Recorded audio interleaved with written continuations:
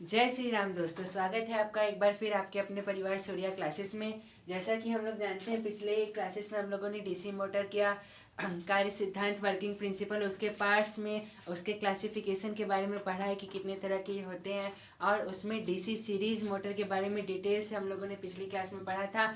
आज हम लोग डीसी शंट मोटर के बारे में डीपली पढ़ेंगे। किस मोटर के बारे में? DC shunt.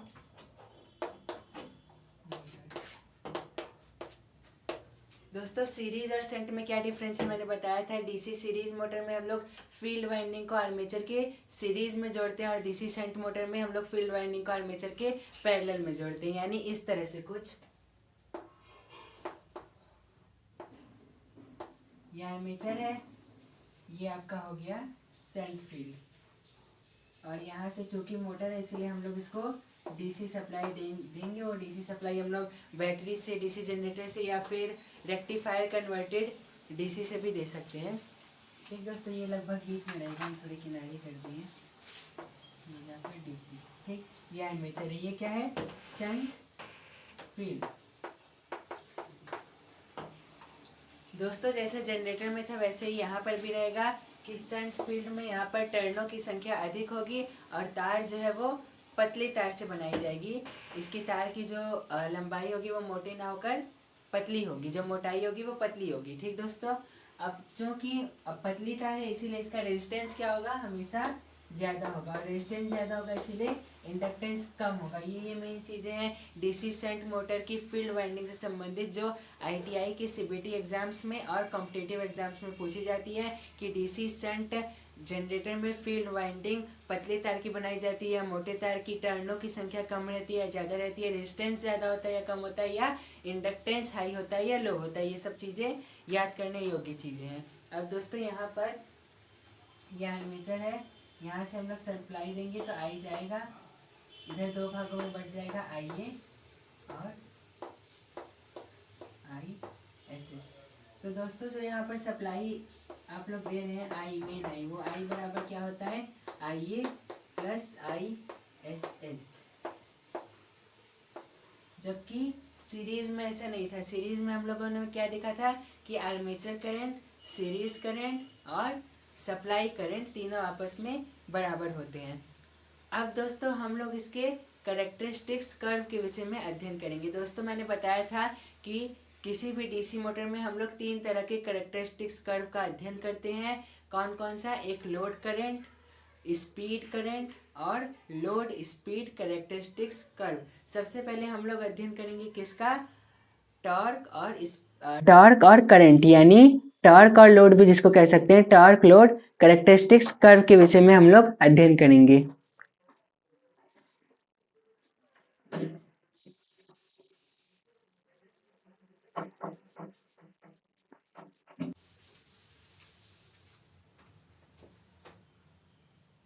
एक बार तीनों कैरेक्टरिस्टिक्स का मैं यहाँ पर नाम लिख दे रहा हूँ, क्योंकि बोलने में मुझे लग रहा है शायद कुछ गलती मैंने बोल दिया होगा, तो नाम लिख दे रहा हूँ जिससे स्पष्ट रहे।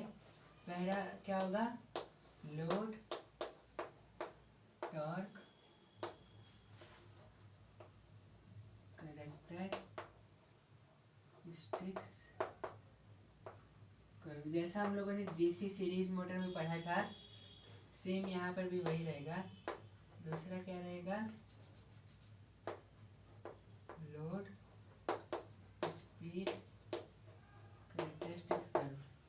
तीसरा रहेगा स्पीड टॉर्क कैरेक्टरिस्टिक्स कर्व। पहले पढ़ना है लोड और torque characteristics curve DC shunt motor का। यहाँ पर आपका हो गया टॉर्क, यहाँ पर हो गया लोड। ठीक दोस्तों, डीसी शंट मोटर का load torque characteristics curve pure रूप से लीनियर होता है। उसमें हम लोगों ने देखा था सीरीज में कि पहले स्क्वायर की तरह बढ़ता है, फिर लीनियर हो जाता है एक पॉइंट पे आके, क्योंकि उसमें जो टॉर्क होता है वो आर्मेचर करंट के स्क्वायर के इनवर्स प्रोपोर्शनल होता है। जब वो सेचुरेट हो जाता है मैग्नेटिक फ्लक्स, तो जो टॉर्क है वो केवल आर्मेचर करंट के प्रोपोर्शनल रह जाता है। किसमें? सीरीज मोटर में, डीसी सीरीज मोटर में। लेकिन जब हम लोग डीसी शंट मोटर पढ़ेंगे तो हम लोगों ने जब डीसी मोटर के टॉर्क का इक्वेशन पढ़ा था तो ये देखा था कि जो टॉर्क होता है वो फ्लक्स इनटू करंट के डायरेक्ट प्रोपोर्शनल होता है। दोस्तों सबसे important point DC shunt motor से संबंधित यही है कि डीसी शंट मोटर में जो मैग्नेटिक फ्लक्स रहता है वो क्या रहता है, कांस्टेंट रहता है, ठीक, नियत रहता है ये, ठीक। अब ये नियत रहता है तो जो टॉर्क है डीसी मोटर में वो केवल और केवल किसके डायरेक्ट प्रोपोर्शनल रह जाता है, आर्मेचर करंट के, केवल और केवल आर्मेचर करंट के डायरेक्ट प्रोपोर्शनल रह जाता है जो टॉर्क होता है, ठीक दोस्तों। अब चूंकि ये इसके डायरेक्ट प्रोपोर्शनल है इसीलिए जैसे जैसे आर्मेचर करंट बढ़ेगा या टॉर्क बढ़ेगा वैसे वैसे लोड भी बढ़ेगा। कॉम्पिटिटिव एग्जाम में, आईटीआई के सीबीटी एग्जाम में अक्सर यही क्वेश्चन पूछा जाता है कि डीसी शंट जनरेटर का टॉर्क उसके आर्मेचर करंट से किस तरह का रिलेशन रखता है, मतलब उसके आर्मेचर करंट के वर्ग के अनुक्रमानुपाती होता है, आर्मेचर करंट के व्युत्क्रमानुपाती होता है, आर्मेचर करंट के अनुक्रमानुपाती होता है, या आर्मेचर करंट के वर्ग के व्युत्क्रमानुपाती होता है। इस तरह के ऑप्शन दिए जाते हैं तो आप लोग क्या लगाएंगे कि डीसी शंट मोटर में उत्पन्न टॉर्क जो होता है वो आर्मेचर करंट के अनुक्रमानुपाती होता है, और डीसी सीरीज मोटर में उत्पन्न टॉर्क आर्मेचर करंट के वर्ग के अनुक्रमानुपाती होता है। ये सब चीज़ें ध्यान रखने योग्य है। यही सब चीज़ें डीसी शंट मोटर्स के लोड टॉर्क कैरेक्टरिस्टिक्स कर्व से पूछे जाते हैं। तो इतना तो दोस्तों हम लोग समझ में आ गया कि डीसी शंट मोटर का जो टॉर्क और लोड कैरेक्टरिस्टिक्स कर्व है वो कैसा होता है, लीनियर होता है। इसका जो स्टार्टिंग टॉर्क होता है दोस्तों वो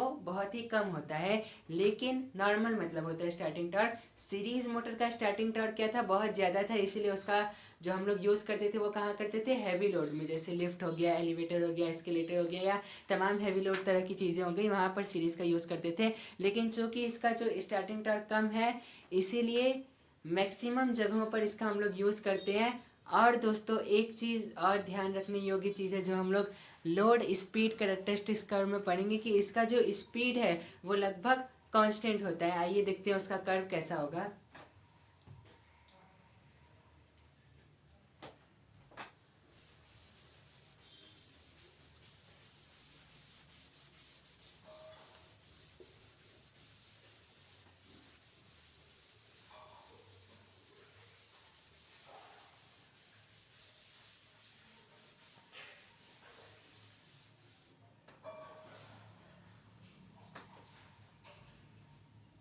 ये कौन सा है, स्पीड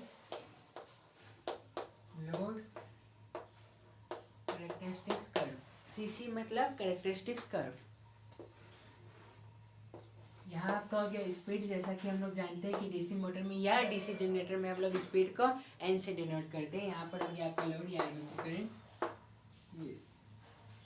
दोस्तों नो लोड कंडीशन में जो इसका ग्राफ है वो इस तरह से जाएगा, एकदम सीधा।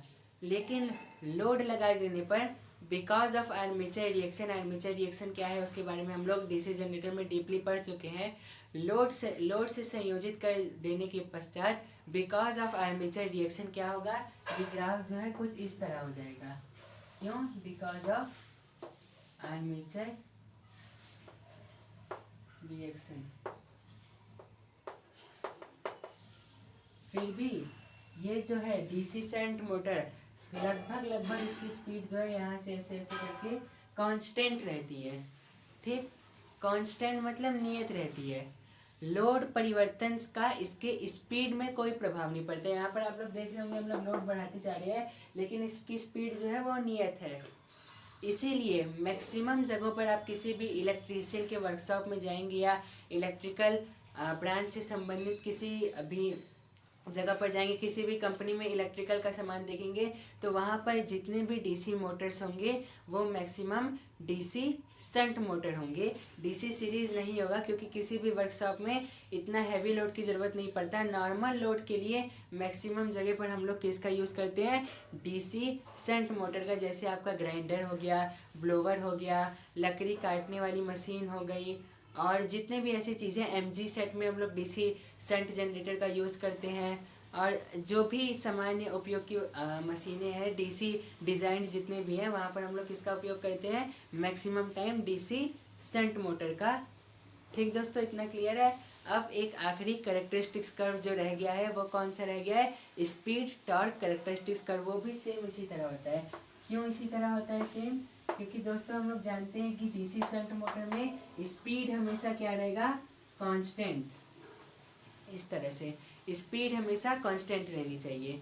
तो इसमें भी आप लोग देख रहे होंगे कि टॉर्क हमारा बढ़ रहा है लेकिन स्पीड में कोई फर्क नहीं पड़ रहा है, लगभग कांस्टेंट है। केवल because of armature reaction drop, load लगाने पर ये थोड़ा हमारा कुछ इस तरह से घूम जा रहा है। नो लोड कंडीशन में ये एकदम स्ट्रेट होता, इस तरह से नो लोड कंडीशन में एकदम स्ट्रेट होता। तो ये because of armature reaction drop, इसके जो स्पीड है उसमें थोड़ी सी कमी आती है, लेकिन फिर भी ये जो है कांस्टेंट स्पीड प्रदान करने वाला मोटर माना जाता है। कौन सा मोटर, कांस्टेंट स्पीड प्रदान करने वाला मोटर। डीसी शंट मोटर से संबंधित ये क्वेश्चन लगभग पूछा ही जाता है। मान के चलिए कि कौन सा ऐसा मोटर है जो कांस्टेंट स्पीड प्रदान करता है, तो वो मोटर कौन सी हुई, डीसी शंट मोटर। दोस्तों डीसी सीरीज मोटर और डीसी शंट मोटर की संरचना पर, उसके आर्मेचर करंट, शंट करंट और सप्लाई करंट या लोड करंट में क्या रिलेशन है वो हम लोगों ने अच्छे से समझ लिया है। तीनों का कैरेक्टरिस्टिक्स कर्व कैसे कैसे खींचा जाता है वो भी हम लोगों ने बाकायदा समझ लिया है। अब अगला जो आपका मोटर है वो है कम्युलेटिव कंपाउंड मोटर और डिफरेंशियल कंपाउंड मोटर। दोस्तों इसके बारे में मैं हल्का हल्का बता दे रहा हूँ, अगली क्लास में हम लोग डीपली में पढ़ेंगे।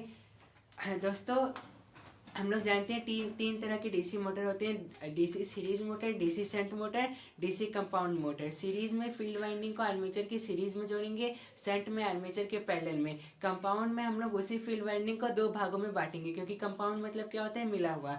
दो भागों में बांट के एक भाग को सीरीज में जोड़ेंगे और एक भाग को पैरेलल में जोड़ेंगे, तो वो बन जाएगा कंपाउंड। अब अगर उन दोनों भागों का यानी शंट फील्ड और सीरीज फील्ड का मैग्नेटिक फील्ड एक दूसरे के सपोर्टिव हो, मतलब जो टोटल मैग्नेटिक फील्ड है फाई टी वो क्या हो, फाई एस एच, यानी शंट का magnetic plus phi S C, यानी सीरीज का मैग्नेटिक फ्लक्स, तो वो क्या कहलाएगा, कम्युलेटिव कंपाउंड मोटर। और अगर यही माइनस हो जाए, यानी दोनों शंट फील्ड और सीरीज फील्ड द्वारा उत्पन्न मैग्नेटिक फ्लक्स एक दूसरे के विपरीत प्रकृति रखते हो, तो उसे हम लोग क्या कहेंगे, डिफरेंशियल कंपाउंड जनरेटर।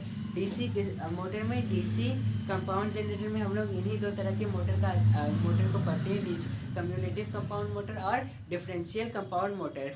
अब अगली क्लास में हम लोग इन दो मोटर के कैरेक्टरिस्टिक्स कर्व के बारे में डीपली पढ़ेंगे। और डीसी मोटर, चूँकि ये मोटर है इसीलिए इसको चालू करने के लिए स्टार्टर की आवश्यकता होती है। तो हम लोग स्टार्टर का यूज़ क्यों करते हैं डीसी मोटर में, बिना स्टार्टर के चलाएंगे तो क्या क्या नुकसान हो सकता है, और डीसी मोटर को चलाने के लिए जो स्टार्टर का यूज़ हम लोग करते हैं वो कितने प्रकार के होते हैं, उन सब का कंस्ट्रक्शन, उन सब का वर्किंग प्रिंसिपल हम लोग अगली क्लास में डीपली पढ़ेंगे। तब तक के लिए जय हिंद, वंदे मातरम, इनकलाब जिंदाबाद, जय श्री राम।